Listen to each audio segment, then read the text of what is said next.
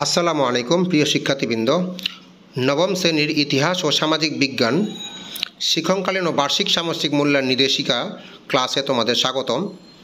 তো আজকে আমরা নবম শ্রেণীর বার্ষিক পরীক্ষায় ইতিহাস প্রশ্নের সিলেবাস, মানবন্টন এবং একটি প্রশ্ন দেখব, নমুনা প্রশ্ন। তাহলে চলো শুরু করা যাক। বোর্ডভিত্তিক যেই সিলেবাস দিয়েছে দেখো এখানে দেওয়া আছে, স্ক্রিনশট নিয়ে নিতে পারো। বার্ষিক পরীক্ষার সংক্ষিপ্ত সিলেবাস একে আছে রাজনৈতিক কাঠামো, নাগরিক দায়িত্ব, পৃষ্ঠা নাম্বার দেওয়া আছে। বাংলা অঞ্চল ও বাংলাদেশ, পৃষ্ঠা নাম্বার দেওয়া আছে। ব্যক্তি জীবনে সামাজিক কাঠামো, মিলেমিশে নিরাপদে বসবাস, সম্পদের উৎপাদন ও বন্টন ও সমতার নীতি, এটা হচ্ছে সিলেবাস। তোমরা স্ক্রিনশট নিয়ে নিবে। এই সিলেবাসের উপর ভিত্তি করে সামষ্টিক এবং তোমাদের মূল্যায়ন, শিক্ষণকালীন মূল্যায়ন এবং সামষ্টিক মূল্যায়ন দুইটাই হবে এই সিলেবাসের উপর ভিত্তি করে। মূল্যায়ন কাঠামো কীভাবে হবে? শিক্ষণকালীন মূল্যায়ন 30%, তোমরা জানো। সামষ্টিক মূল্যায়ন 70%। সামষ্টিক মূল্যায়ন হবে লিখিত পরীক্ষা, আর শিক্ষণকালীন মূল্যায়ন পরীক্ষা হবে পরীক্ষার আগে ক্লাসে। এই শিক্ষণকালীন সামষ্টিক মূল্যায়নের লিখিত নাম্বার কিভাবে? শিক্ষণকালীন তোমরা জানো অ্যাসাইনমেন্ট দিবে, গ্রুপ ওয়ার্ক কাজ দিবে, হ্যাঁ, তারপর বাড়ির কাজ, এগুলোর ভিত্তি করে তোমাদের শিক্ষণকালীন মূল্যায়ন নাম্বার দিবে।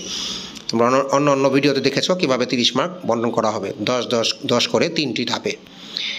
তাহলে আমরা সামষ্টিক মূল্যায়নের নাম্বার দেখব। 100 নাম্বার পরীক্ষা হবে লিখিত।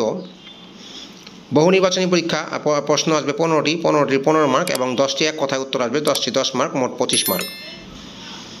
এরপরে রচনামূলক প্রশ্ন, দৃশ্যপটবিহীন অর্থাৎ উদ্দীপক ছাড়া 3টি প্রশ্ন আসবে, 5 করে 3 5 15। রচনামূলক প্রশ্ন আসবে 5টি, 8 5 40 মার্ক। এটা দৃশ্যপট যুক্ত নির্ভর, এটার মান বন্টন হবে 3 আর 5 করে 8 মার্ক। এটা সৃজনশীলের মতো উদ্দীপক দেওয়া থাকবে। তাহলে এই হচ্ছে টোটাল 100 মার্ক, 3 ঘন্টায় পরীক্ষা। 100 নাম্বার পরীক্ষাটি 70% কনভার্ট করা হবে 70% করে ক্যালকুলেটারে। এরপরে শিক্ষণকালীন মূল্যায়ন 10 মার্ক কীভাবে আসবে? অ্যাসাইনমেন্ট, ব্যবহারিক কাজ, পোস্টার বা দেওয়াল পত্রিকা দিয়ে এখানে দেওয়া আছে কীভাবে করতে হবে। সংক্ষিপ্ত পাঠ্যসূচির যে কোনো শিক্ষণ অভিজ্ঞতা থেকে শ্রেণী শিক্ষক তার পছন্দ অনুসারে বাছাই করে দিতে পারেন, অথবা শিক্ষক সহায়িকা অনুসরণ করে নিজের শিক্ষার্থীদের নির্দেশনা দিতে পারেন। তারপর পরের 10 মার্ক অনুসন্ধানমূলক কাজ, প্রকল্প, প্রতিবেদন উপস্থাপন ইত্যাদি। 116 পৃষ্ঠা যে অভিজ্ঞতাটা আছে সেটা দিয়ে তৈরি করতে পারে, এটা 10 মার্ক।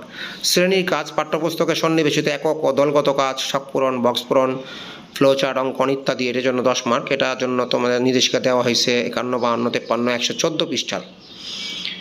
তারপরে আমরা চলে যাই পরের অংশে। একটা নমুনা প্রশ্ন দেওয়া আছে, হুবহু পরীক্ষা দেওয়া যাবে না। এই নমুনা প্রশ্ন খেয়াল করে স্টুডেন্টরা, শিক্ষার্থীরা দেখতে মানে ধারণা নিতে পারবে কীভাবে পরীক্ষা হবে, ধারণা। তাহলে এখানে দেখো 15টি MCQ আছে, 15টি MCQ। তারপরে এক কথা উত্তর 10টি আছে, 10টায় 10, 15টি MCQ 15। সংক্ষিপ্ত প্রশ্ন 20 মার্ক, 10টি প্রশ্ন আসবে, 10 দোকানে 20, এখানে 10টি দিবে, প্রতিটা মার্ক 2। এরপরে আসবে রচনামূলক প্রশ্ন, প্রেক্ষাপটবিহীন অর্থাৎ উদ্দীপক ছাড়া, 3টায় 3 5 করে 3 5 15। এরপর রচনামূলক প্রশ্ন আসবে 5টি, 8 করে নাম্বার, 8 5 40।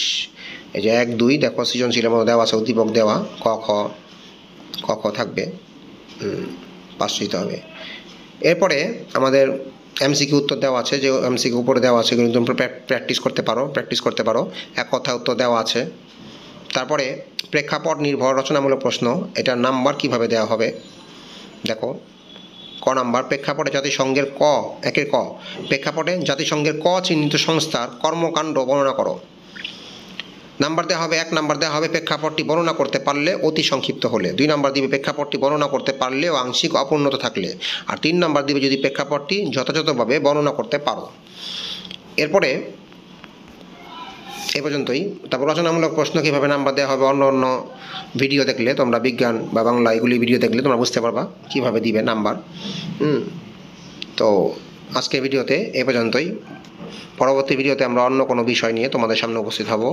পরবর্তী ভিডিও দেখার জন্য আমন্ত্রণ রইল। সেই পর্যন্ত ভালো থাকো, সুস্থ থাকো, ধন্যবাদ।